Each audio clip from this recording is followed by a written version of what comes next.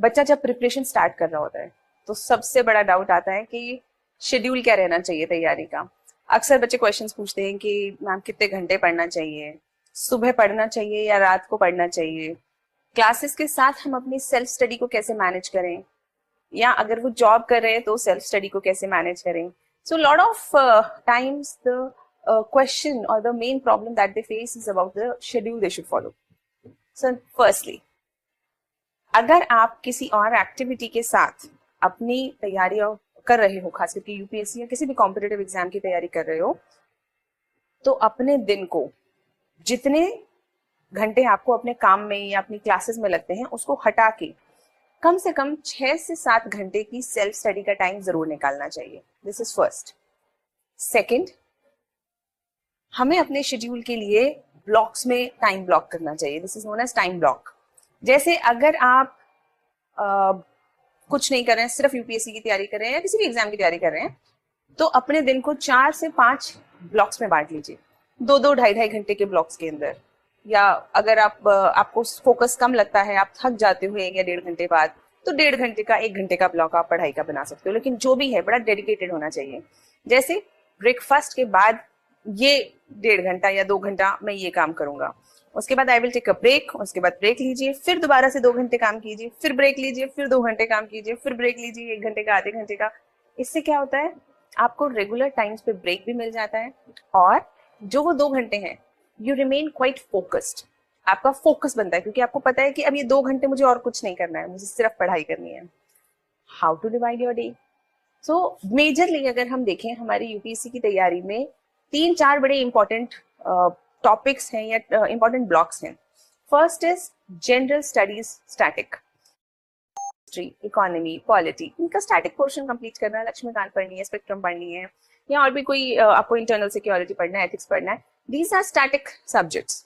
तो इनका स्टैटिक वाला पोर्शन कंप्लीट करने के लिए हमें दिन में 1 ब्लॉक चाहिए।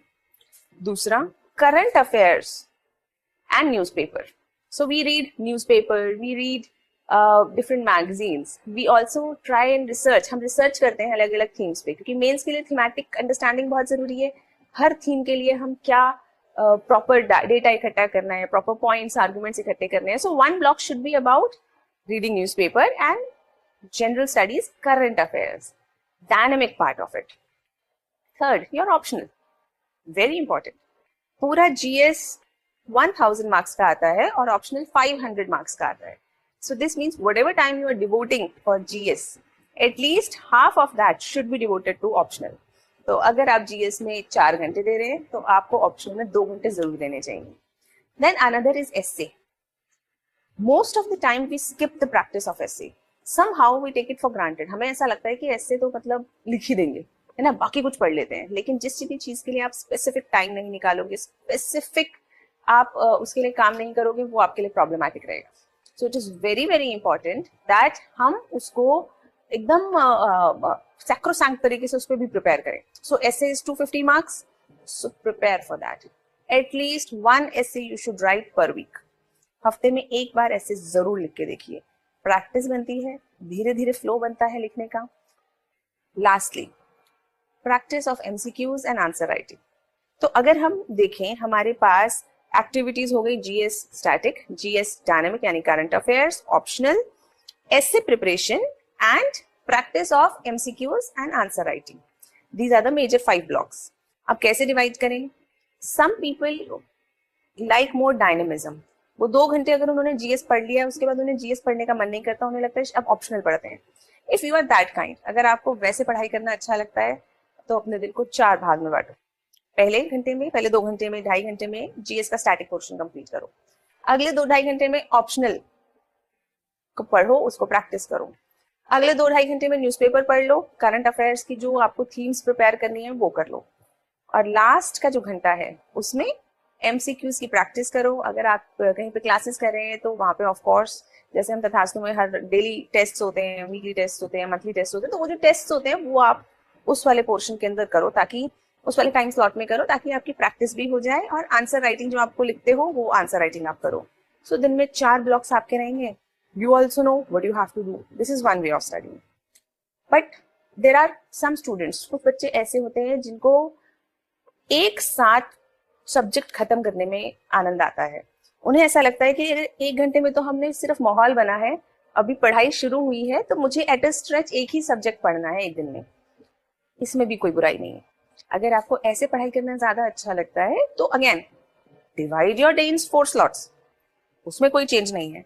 But in the same slot you will be studying the same subject, and in one day you will be studying one subject, next day maybe you'll be doing current affairs, next day maybe you will be doing the optional, uske next day maybe you'll be devoting more time to answer writing and MCQs.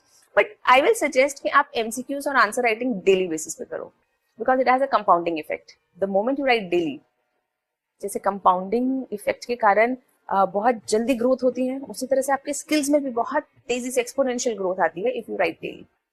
So this is a simple technique to manage your schedule.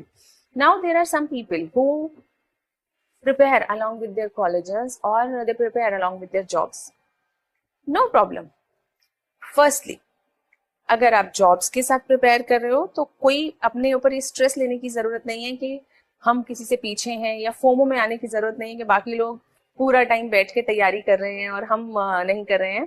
Because सच ये है कि जब पूरा time बैठ के कोई तैयारी करता है तो उसके ना डिस्ट्रैक्टर्स बहुत होते हैं, बहुत टेंशन होती है, बहुत दिमाग में बहुत सारी चीजें चलती रहती हैं, तो कहीं ना कहीं वो लेवलाइजर हो जाता है। तो अब आप क्या करेंगे अगर आप जॉब के साथ तैयारी कर रहे हैं? First, whatever time you have in commutation, during lunch break, any free time that is available to you, जब भी आपको कोई फ्री टाइम मिले, आप उस फ्री टाइम के अंदर कोशिश करो कि ऐसी वाली जो एक्टिविटीज हैं जो आप उस दौरान कर सकते हो वो कंप्लीट कर लो। जैसे कि न्यूज़पेपर पढ़ना, 1। अगर आपके पास ऑनलाइन एक्सेस है, आजकल सबके पास होता है, तथास्तु भी ऑनलाइन एक्सेस देता है, आपके ऊपर आप डाउनलोड करके रख सकते हो, तो आप मेट्रो से आ रहे हो, जा रहे हो, बस से आ रहे हो, जा रहे हो, लेक्चर सुन लो एटलीस्ट। उससे क्या होता है, आपका बहुत टाइम सेव हो जाता है। बाद में नोट्स आप घर जाके बना लो, आपका डबल रिविजन हो गया। या फिर आप अगर खाली ऑफिस में हैं, आपको लगता है लंच ब्रेक है, तो आप उस वक्त पे, क्योंकि बहुत सारे लोग आसपास होंगे तो आप याद नहीं कर पाओगे, उस समय पे नया टॉपिक पढ़ने से कोई ज्यादा फायदा नहीं होता। उस समय को आप एमसीक्यू प्रैक्टिस के लिए यूटिलाइज कीजिए, बिकॉज एमसीक्यू प्रैक्टिस में नेचुरली आपका ध्यान लग जाता है। तो ये इस तरह से आपने अपने ऑफिस से वापस घर आने तक के टाइम को यूटिलाइज किया। And after you come back, rest. Take a rest, maybe a nap for half an hour or eat something, and after that you start your schedule. उसके बाद अपना शेड्यूल स्टार्ट करो। जैसे कि अगर आप 5 बजे तक घर आते हो तो 6:30 तक अपनी पढ़ाई के शेड्यूल को आप स्टार्ट कर सकते हो, 1.5 घंटा रेस्ट करने के बाद। और अब 6:30 से आपने अपने दिन को 4 में ना सही, लेकिन एटलीस्ट 3 में या 2 में डिवाइड करना है। 2 घंटे या 2.5 घंटे ना सही, लेकिन 1.5 घंटे के स्लॉट्स में या 2-2 घंटे के स्लॉट्स में आप डिवाइड कर सकते हो। तो कोशिश करो कि 6:30 से 12:30 तक आप अपने टाइम को इस तरह से डिवाइड कर लो कि आप बड़े फोकस्ड तरीके से जो भी आपकी क्लासेस हैं, अगर आप ऑनलाइन देख रहे हो तो उन्हें ऑनलाइन खत्म कर लो, उनको उनके नोट्स बना लो। सेल्फ स्टडी के लिए जो आपको टाइम चाहिए, again it's all about that focus thing. अगर आपके पास टाइम कम है, you will have to increase your focus, you will have to be more targeted. But the exam doesn't look for excuses. Exam नहीं देखेगा कि आपने जॉब के साथ किया या नहीं किया, आपने कैसे किया। So most important thing is output and productivity. So I think it will help you to frame your own schedule, and आपको अपना शेड्यूल खुद ही बनाना चाहिए। कई बार आप मेंटर की मदद ले सकते हैं, जैसे मेंटोर्स होते हैं वो आपकी मदद कर देते हैं आपका शेड्यूल बनाने में, लेकिन फिर भी it should be your choice, because आपको सबसे अच्छे से पता है कि आप कौन से समय में सबसे ज्यादा एक्टिवली पढ़ाई करते हो, किस समय पे आपको कितने घंटे की उस पढ़ाई को करने का मन कर रहा है। So make your own schedule. और अगर आप 70 to 80% भी अपना शेड्यूल फॉलो कर पाते हो, that is good. Don't over obsess about it. It's okay. Sometimes there will be distractors. बीच में कोई तबीयत भी खराब होगी, कोई घर पे भी आ जाएगा, कुछ और काम भी आ सकता है। तो अगर ऐसा होता है, अपने शेड्यूल में हमेशा एक थोड़ा सा पोर्शन एक्सिजेंसीज के लिए रखना चाहिए। जैसे मे बी एक दिन रख लिया आपने सैटरडे या संडे में से कि whatever will be left in the day in this week, जो भी हमारा पर डे थोड़ा थोड़ा बैकलॉग अगर कुछ है वो मैं संडे को कंप्लीट कर दूंगा। तो आपके पास एक दिन है जिसमें अगर कुछ रह गया है, कुछ आप नहीं कर पाए, कुछ और डिस्ट्रैक्टर आ गया, तो आप उसमें वहां पे उसको मैनेज कर सकते हो। This way you remain more satisfied and more काम। और मोस्ट इम्पॉर्टेंटली, किसी एक दिन शेड्यूल नहीं फॉलो हो पाए, 2 दिन नहीं हो पाए, don't start blaming your self, scolding your self, feeling guilty too much, because कई बार सिर्फ ऐसा होता है एक दिन खराब हुआ, उसके गिल्ट में बच्चों ने 3 दिन खराब कर दिए। कभी एक दिन आपका सही नहीं गया, एक एक घंटा सही नहीं गया, उसके चक्कर में बच्चे कई कई दिन तक सल्क करते रहे कि मुझसे तो होगा ही नहीं, ये तो मैं तो लायक ही नहीं हूँ, और ये सारी चीजें।